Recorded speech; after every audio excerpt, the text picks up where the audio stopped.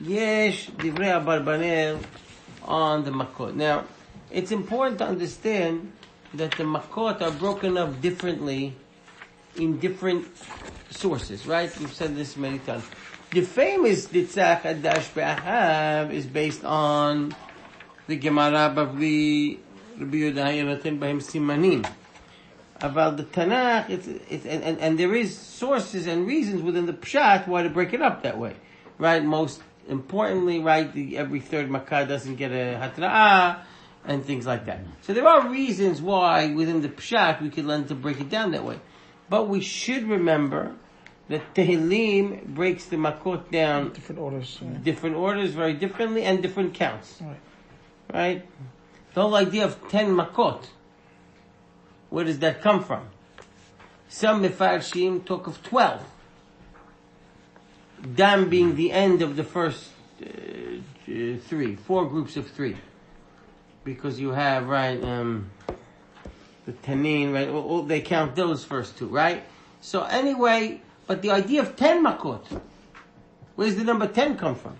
All that comes from the Gemara. So lo katuv b'pshat ha'psukim, and like I said, Tehillim doesn't have 10, right? Unless you maneuver, right?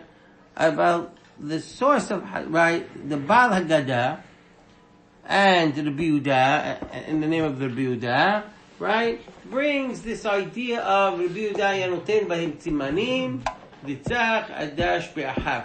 And on that, the Abarbanel gives his very strong and famous, powerful analysis, and others give a little bit of variation. Maybe we'll talk a little bit about that as well.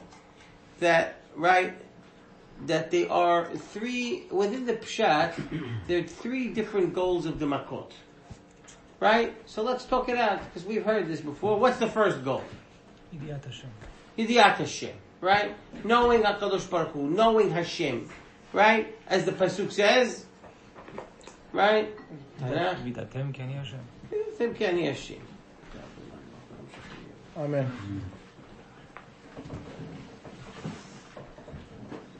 And then the knowledge of God becomes the first objective.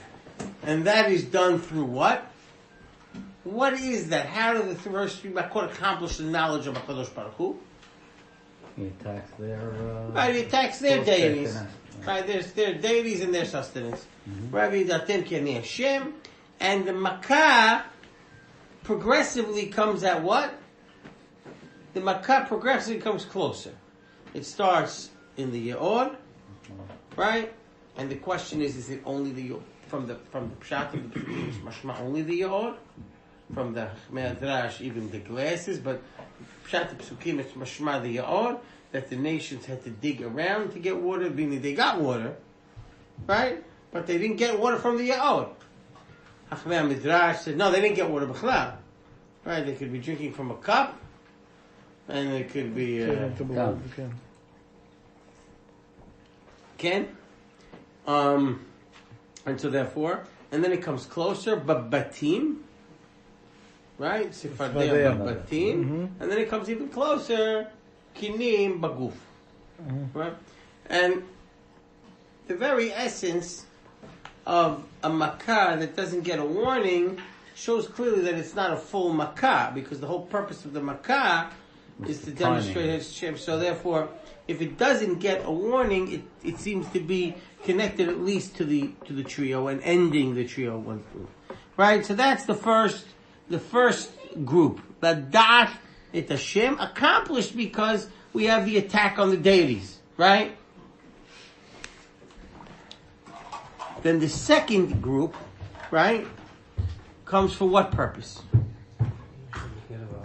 What? What does that mean? Hashem controls the nature. God is the hand in the world. Anti-Aristotelian. Right. So against Aristotle. Well, how is it against Aristotle? It demonstrates hashgaha. It demonstrates hashgaha prati. That everything you said is correct. That he gets involved in nature. That it knocks. Remember, let's back up ourselves and remind ourselves, what did Aristotle actually hold? Right, what did Aristotle hold? What was his... That it was by chance. But what was God created the world, and then that's it. Then what? Let then it go. Won't go. not believe? Aristotle believed in Hashgaha. Only not on this world. Right? The Hashgaha in Yonah ended with the upper spheres. The lowest of the sphere is Galgala Yareah. Right? If you imagine a geocentric universe for a minute, the Earth is in the middle, and around there are spheres, right? Spheres, which are the planetary motions, and which have 7 spheres, 5 knowable planets and the sun and the moon. There are the 7 spheres. And God, and these spheres have an intellect. They have an intellect. That's what they believe. That the spheres that contain the planets in each sphere contain the planet in it. And those spheres had an absolute intellect almost at the level of between human beings and malachim. Higher than us. And God's hashgaha extends only to the angelic world and the world of the spheres and the world of the Galgalim. So the angels receive God's hashgaha, and the world of the spheres also receive God's hashgaha. But God's hashgaha ends at the world of the spheres. It doesn't extend itself to Olam to the earth, the worlds of the people, right? It can't be. It is too beneath God to extend His hashgaha to this world, because we are too lowly to receive God's hashgaha. That was what Aristotle said. Maybe not everything on this world that we know does not receive hashgaha Hashem. As we know, of course, who fought him harshly is Rambam. Rambam attacked him on that, disputed him, accepted him partially that even in this world, the animal world doesn't accept, the non-human part of this world doesn't receive hashgaha, right? Animals don't receive hashgaha, but the human being has, and the appropriate human beings receives hashgaha Hashem. And therefore, these next three groups of Makkot, they're there to dispute that philosophy that Hashem is not mashkiach. How did they do that? So we saw how Ani Hashem, how God demonstrated. How does God demonstrate His hashgaha in these 3 Makkot? Not attacking the Jews. Right. So it seems to be within the Pshat, the first time we see that there's a haluk between the Jews and the Goyim within the Pshat. By Arov, it's very clear. What does the Pasuk say? Have Tanakh, maybe.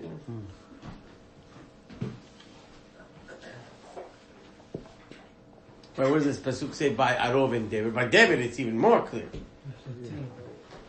Because what happens by David, Paro is really shocked. And Paro sends messages to see if this is possible. Is it possible that there is a distinction between humans, right? I used to like to tell the stories. He used to tell us all the time. I remember I've heard it maybe 20 times. He goes, הילדים משחקים, right? The Jewish kids and the Egyptian kids, כולם משחקים. ובא אריה, רואה את המצרי, טורף אותו, אוכל אותו. ואחר כך בא אריה אחר, and he sees the Jewish kid, משחק איתו, בא פיל, ודורס את המצרי. אבל לוקח את זה, ורוכב על הפיל, ומגיע, לוקח אותו הביתה. Right? In other words, what the point is, this idea, Hamad knew how to put it in a very unique way, storytelling way. Aval, in his own storytelling way, it's a profound idea. The profound idea is that what? The idea of the separation between Israel and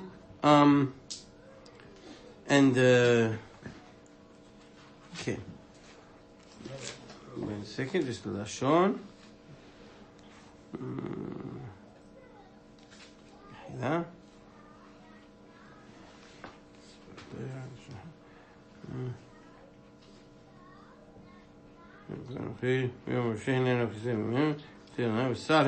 Okay, so the Arab, right? And right? ומלאו בתצבעה והגמדה, והפליטי ביום ההוא את ארץ גוש אשר עמי עומד עליה, ובלתי היות שם ערוב. Why? למען תדע כי אני השם בקרב הארץ. קרב הארץ, השגחת השם. Right, in other words, so we have to establish hashgacha, and again, in David, it happens again. Right? והפלא אדוני במקרה ישראל ובמקרה מצרים ולא ימות בכל בני ישראל דבר. Right? And וישלח פרעה wants to see, can't believe it. והנה לא מת במקרה ישראל עד אחד ואכפת לפרעה ולא שלח את העם.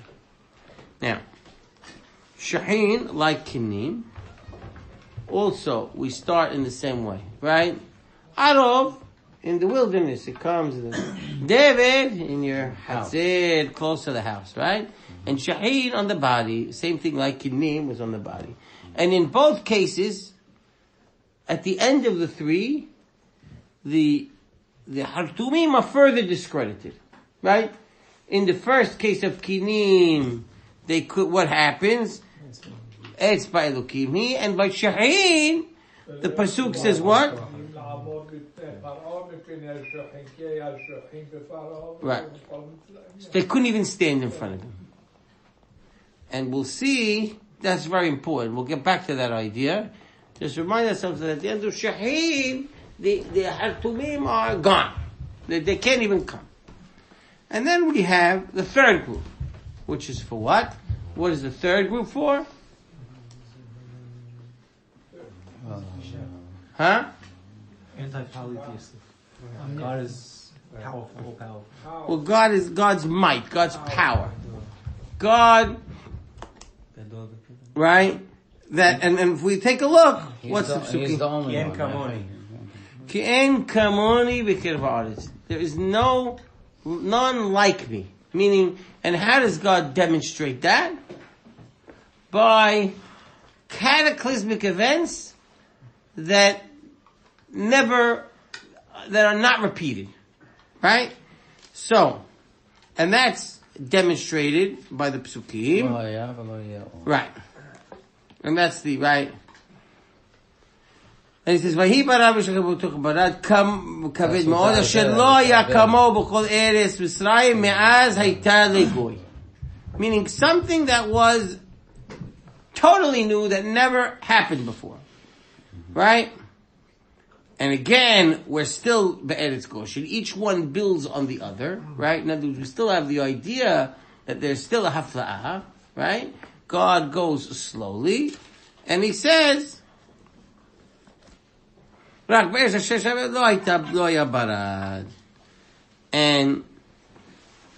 a lot of things happening here, but it seems here in the Barad, there's this new idea, and we'll see that it makes this impact on Paro, but we'll get back to that, how come it makes the impact on Paro. And then, the second one in the group is what? Arbe. And we're also told, right, that this Arbe was the greatest, it was the strongest, and it'll never be it again. And that's interesting, because it's not only the greatest that ever was, but won't be again. So much so that the Mefarshim, right, they have the famous question between this and the one, and the Arbe of Yoel, which also says never once, and the Gemara has this one meaning, many meaning, the Gemara has this question, right? And then again, we have Hoshech and Makat Bechorot. Now, Arbe, this, because it's 4, so it's a little bit slower till it gets to the body, right? You have Barad, right? Which is, and Arbe, which pretty much is parallel, doesn't, they come into the Field. right? But they're clearly connected. And the pasuk links the arbeh with the barad because the pasuk says that the arbeh is to finish the job of the barad. Right? The pasuk says whatever, it's this attempt. Right. And then and what does it say about the arbeh? It says what? But what we're talking about is in comparison to the barad. What? Right. Whatever was left over by the barad. And then we get to Makkot Hoshech, right? Again, a major cataclysmic event. And then, of course, hits Makkot Bechorot, which ends the now. And this is one of the breakdowns that is done of the Makkot. However, I think if we just take this, we ignore one important. I think there's another breakdown which is not often spoken about. I think I spoke about it a few times, but it's not really. It's often ignored, and I don't really see anyone talking about it. But I think we have to take it into account, which is the breakdown of the parshiyot. Not the parshiyot, what we call sidrot, meaning not the parshiyot are different, meaning the very fact that we broke down the reading to include 7 Makkot in Parashat Va'era and 3 in Parashat Bo.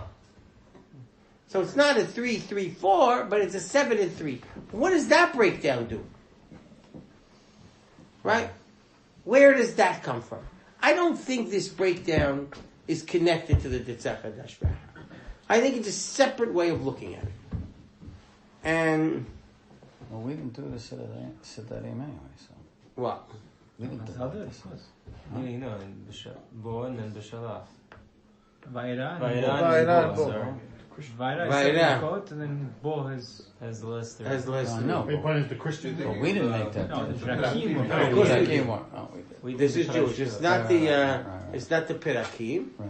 The Perakim was broken down by non-Jews. Mm-hmm. It was done But by the- a but the 12th Siddarim century, right?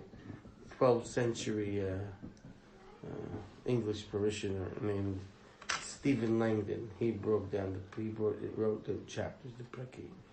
Haval, the Parshiyot, everything else is Jewish. Everything else. Right, Madai Psukim, Ta'amim, right? But the Parshiyot, they were based on different customs that the Jews had of breaking the parashat to complete it, either in 1 year or 3 years. This is the Haluka Bavli. So why break it down like this? Why put 7, Rav Aleph 7, Bad Aleph 3? Why Vayera has 7 and 3 in both? Is there anything unique or anything special post Barat? So what's special about Barat? So we got to figure this out. What's unique about Barat? Barat Most is Pesukim. an unnatural situation because there was Esh Betocha Barat. Right. So that in every other Makkah was a natural phenomenon. In Barat was supernatural. Right, so it's hard. See, it is true, and I don't want to get into that. There is this debate. I call it I'm just going to touch on it because you mentioned it. I call it a 3-way debate about miracles. Yesh ka'elu,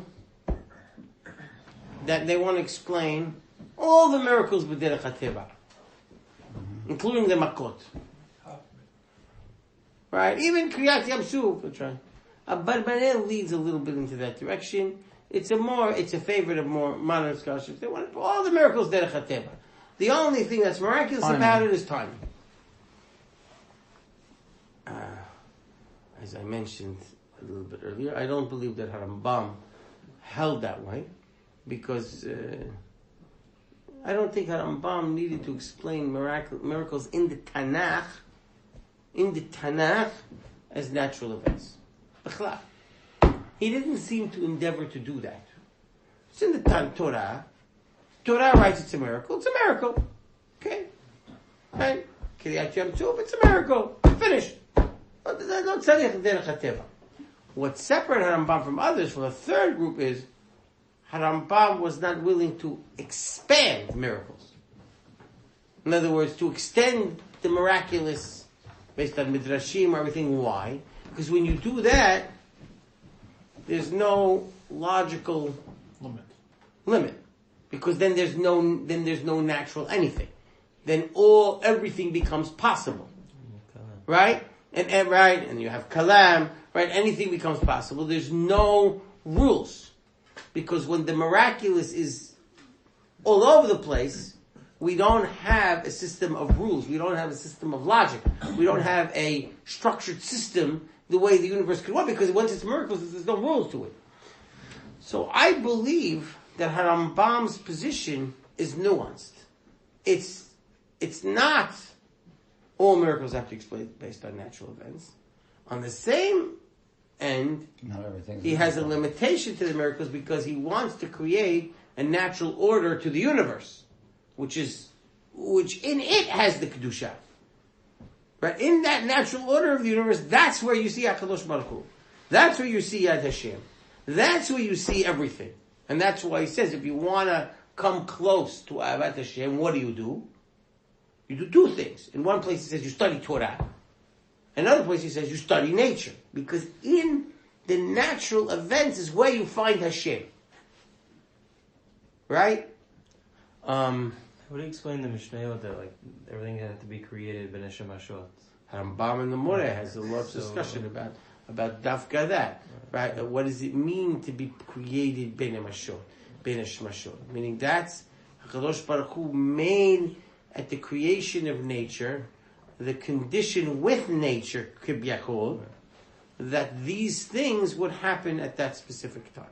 But it doesn't take away from them being miracles at that time, meaning the fact that they're sort of caked into nature. Okay, you could say that they're built into nature. It's very nice, but at the end of the day, they are unique events that serve that purpose. What Harambam was strong about saying is that cannot be the source of our belief systems in terms of the miracles, because those things, right, don't last, right? As he says by Hetam Meraglim. But that's a good point. But let's get back to the Makkot. Barad ends Perashat Va'era, but it sticks itself into Bo a little bit, right? In other words, what happens is, it's funny, because we have Barad, we have the thing, right? Right? He says, I don't want to do it. And then we get what? We get a warning about Arbeh. And then what happens? Before Arbeh comes, this is funny. Before Arbeh comes, Paro responds to the warning. And he says, Lechu ivdu et Adonai Elohechem. In other words, every time what happens, Makkah comes. I'm not sending. Warning, Makkah, I'm not sending. Makkah, I'll send. Just take away the Makkah. We take away the Makkah. He doesn't send. Right? That's what happens. And sometimes there's a negotiation. I'll send, who you want to go, no, this, I'm not sending this amount, whatever, the animal. No, okay, but at the end, it always happens after the Makkah. That's how it happens. By Barad, what happens? The Makkah ended, the warning of Arbeh comes, and the memory of Barad is so powerful that what happens? Right. Before Arbeh hits, the negotiation doesn't work, but because Arbeh has to come. But it's all, and that seeps into this parasha, right? So that's unique about Barad. The second thing that's unique about Barad is, of course, Hashem Tzaddik V'Ani V'Ami Hashayim.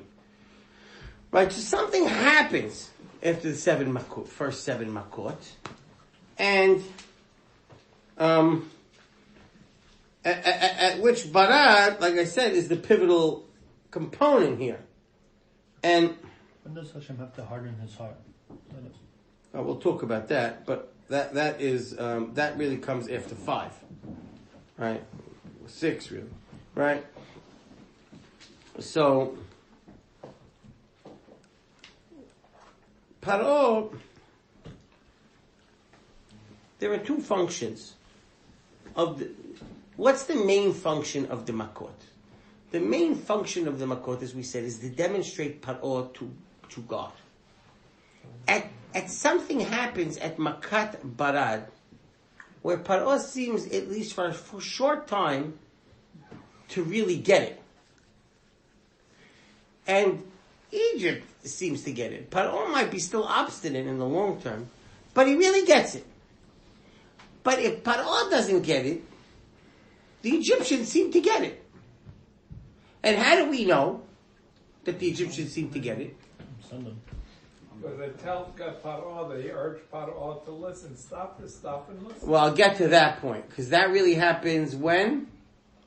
When does that happen? I think that's unfair. Right, so let's hold that off. But there's an eerie silence after Barad. We already know that the Hartumim are not showing up anymore. If there is an ideological influence on Paro to say, this is a battle there's an ideological war here between 2 cultures, between 2 belief systems. At the demise of the Hartumim, that's over. And we would assume now that the struggle between that ideological war ends. And that ends with Parashat Va'era. Parashat Bo represents a very different struggle. Now, we don't know what Paro's motivation is by not sending. We can only use the foil that the Torah presents with us to guess what Paro's motivation is. Who appears on the scene in Parashat Bo? So, let's read the Psukim, because the Torah tells us of a new group of people. We haven't seen these group. A new group of people enter here, and we haven't seen who they are. So, Maris, you started with that. Who are they? You quoted them a minute ago. If I recall, it's,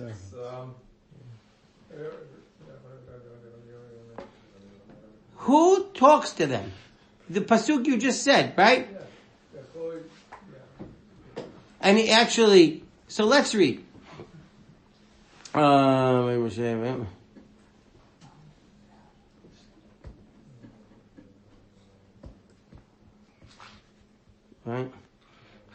Who says it here? I'm just looking. Avdei Paro, right? It's really at the beginning, just before Arbe. Vayomru Avdei Paro Elav. Now remember, even though it's in this parasha, it's post Barad, pre Arbe. Avdei Paro Elav. Now, what is their argument? Their argument is now, this is financial ruin here. Are you crazy? Kishta Hartumim, we're done with that.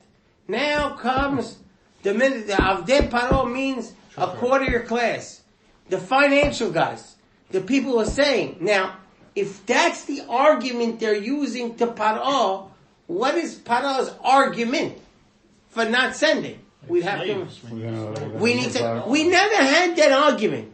Paro never said, we never seen the argument which we would expect. Right? When you have in the North tells the South, free the Abi. What do they say? No.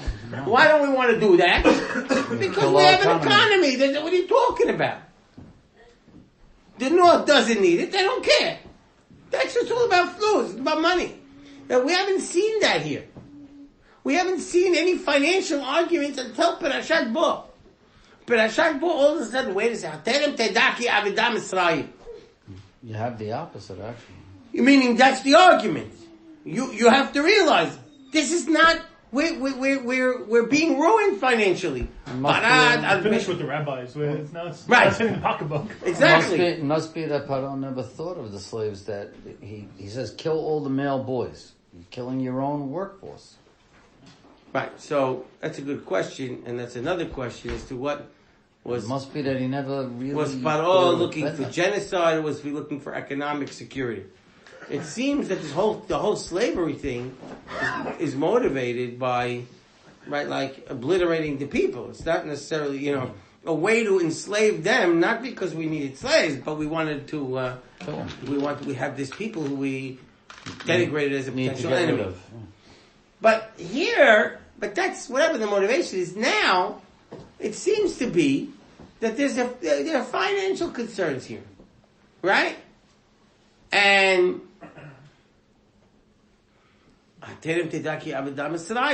you gotta be, and the Avdei Paro start to enter into the scene here.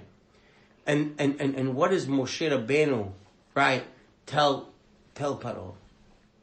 Who's gonna come to me? Who's gonna come to me after Hoshe right before? V'yaredu whom? All Kol avadecha. They know what's happening here. They're going to come running to me, get out. Because they understand these are the people that have to run the country. These are the people that are in charge of, so to speak, running the country. And they're telling Paro, listen, you can do what you want ideologically. This is now, we're entering into to ruin. And that's really the focus of Barad. Barad is a new stage of this debate. That Paro, we've sort of won the ideological argument at this point. We've demonstrated, now, again, remember in the Detzach Be'adash Be'achav, we're still making the argument. That's what I'm saying, it's a little bit mutually exclusive components as to how we're running this. Because in the Detzach Be'adash Be'achav, we have that ideological argument running straight through all the way. Kien Kamoni. But if you look at this breakup, and I think it is a breakup between the Parshiyot, you'll see all of a sudden we'll talk about this idea of Avdam Mitzrayim, and the power and the pain of this, of what's happening here. And I think that is a new phase in the Makkot, and when, just to demonstrate that, one second.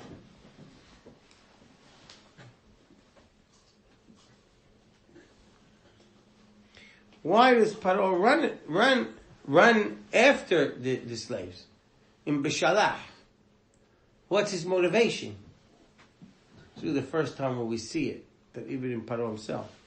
So it says, Vayom, now, Vayafach levav Paro va'avadav. Now also the Avadim. Now if Avadav change their mind, why are they going to change their mind? Look. Vayom umazot asinu kishilachnu Israel ma'odenu. A workforce. Right? The change happens because they lost the workforce. At this point, from going on, it's a conflict of what's preventing, what's the debate between Paro and Avadav is all, what's the money thing. Now, Paro sort of, Paro and Avadav, in other words, Paro is standing firm. The Avadim say it's not worth it. Paro eventually gives in. Quote unquote, the Avadim win. And then here, they all turn around. And they come back and say this isn't worth it. But it's about, seems to be the enticement here is no longer knowing God or not knowing God. It's Mazot Tishlach Yisrael me'ovden. Right? What can we do? Because we have lost that workforce. Either way, they lose. Right? Right. They don't let them go. all this destruction's coming on them.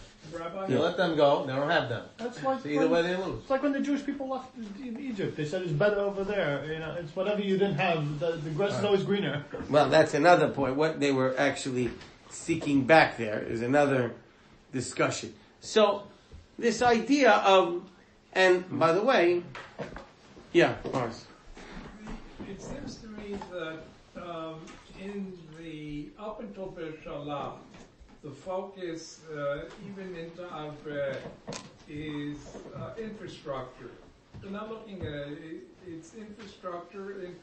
It's personal fear and infrastructure, and the Barat in the Arveh bring out the infrastructure to the nth degree. They've lost their animals. They've lost their early crops. In Arveh, they've lost their later crops, whatever the Barat didn't destroy. So, I think that there was a concern and there was a fiscal concern, but the fiscal concern at that point overrode everything else. In those three Makkot. By the way, what do Hazal say about Makat Hoshech? Right, what do Hazal say? This is like beautiful. What's the point of Makat Hoshech? The Jews raided them. Yeah, get their money.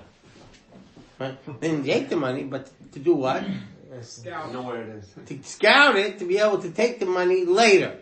And by the After way, they asked them. what happens when they do take the money, right? When they leave, they take the money.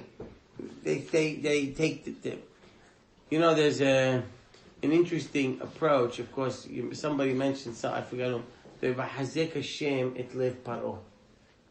So what's V'hazek et Hashem et lev paro?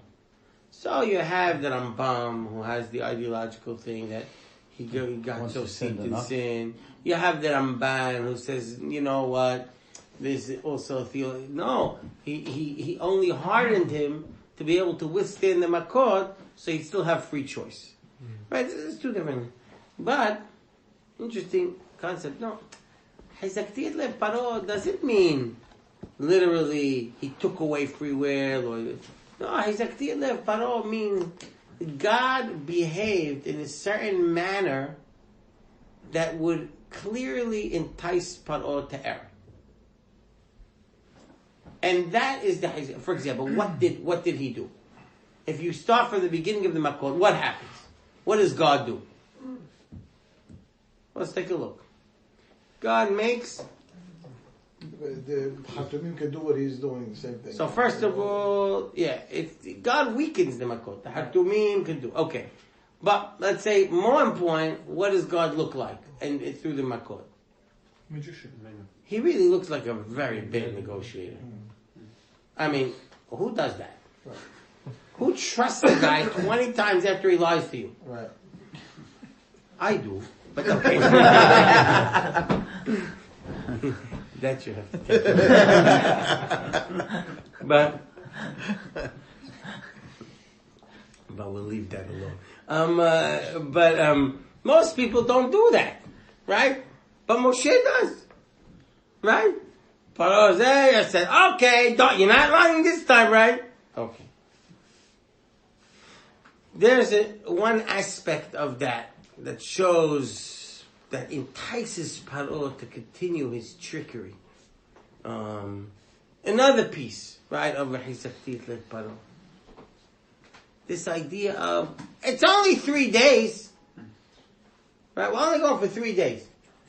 Okay, that's a way of, and now, we're not only going for 3 days, and by the way, we're gonna take your utensils with us. But we'll be back. And we're taking all your money. And that's a Vayashilum. Vayashilum could mean what? Simple Vayashilum means what? Not lending. Vayashilum means... Force them to... They took it. But Vayashilum could also mean what? Not only requesting, but it could be what? Borrowing. Uh-huh. Right? 2 ways to read it. There's, and that, and all of a sudden they don't come back. Not only they don't come back. Was hardening us. He made him a bad negotiator. A bad negotiator. Reverse. That's one. That's one thing. But here, forget about that point. The hardening of the heart means what? It looks like He's tricking him. Because he says, I'm only going for 3 days. They take the money, and then they don't come back. And the Psukim clearly tells us, right? Vayal Paro ki bara ha'am. What do you mean bara ha'am? It's just they're not coming home back. And of course, the last one, which could be the harding of part, is that what? He looks like a bad navigator. Right? He looks here, comes there, goes back. And that's clear in the Psukim that he's doing I was saying that Borel purposely took them out of the way. No, that's clear. That's the teach of them that no, that he says. That's before.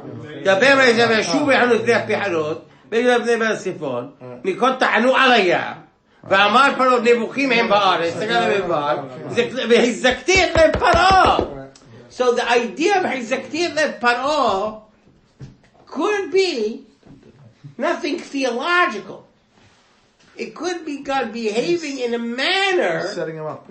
that sets Paro up to really believe. really not could be. That's the pshat. Yeah, okay. I'm just saying. Now, a lot of the mefarshim go different ways, but I'm saying it seems to indicate that on some level that Paro's lahazek is what is to. He was guiding Paro to his own sense, to his own senses, because Paro wanted to reach that conclusion, and God was just nudging him towards the conclusion that he wanted. By behaving in a certain manner, by behaving in all of these questionable manners that every schoolboy asks when he reads it. For any, we just, as we get older, we forget to ask the questions. But kids ask the questions, right? We just get desensitized because we read it so. But kids ask the questions, Rabbi, why do you do that? Why does he believe in him? Why is it? What's happening? And Rabbi, is that all right to say 3 days? No, we don't want those 3 days, right? And, all of that. They'll ask the simple questions. And those simple questions clearly could indicate part of what it means to harden the heart of... So how do you justify He that? didn't believe they were coming back in 3 days. He doesn't start pursuing them in earnest probably until the 4th day. Right, so that's a good question.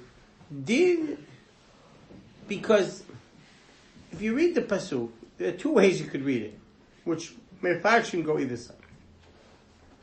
It says before, Vayugad